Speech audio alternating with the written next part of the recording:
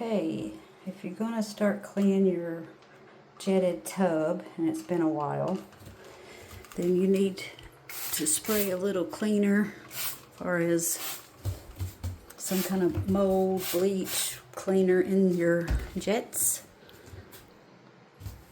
Take your handy dandy brush and get down in the nitty gritty and clean all that up.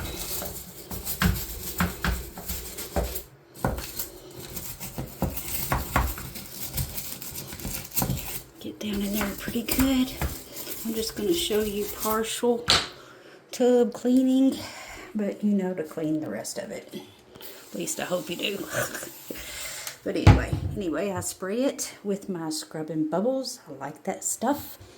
And then I love my magic eraser. It's so magical. So all you gotta do is wipe it down. Get every little nook and cranny. I know I see that a lot, but there is a lot of nook and crannies when you're cleaning. See how good that makes that look? And then you take your handy dandy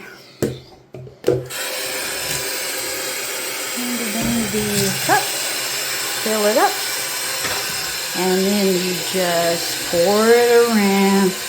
And then when you're done with that, handy dandy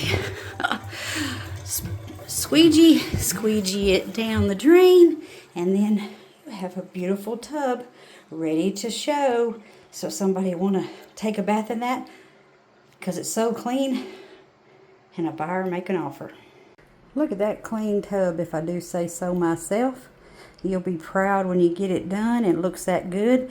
And if you don't take shower or baths regularly, then all you got to do is dust it out when you have to show your house. Look at that. It's so inviting, isn't it? And it's so satisfying when it smells so clean in here.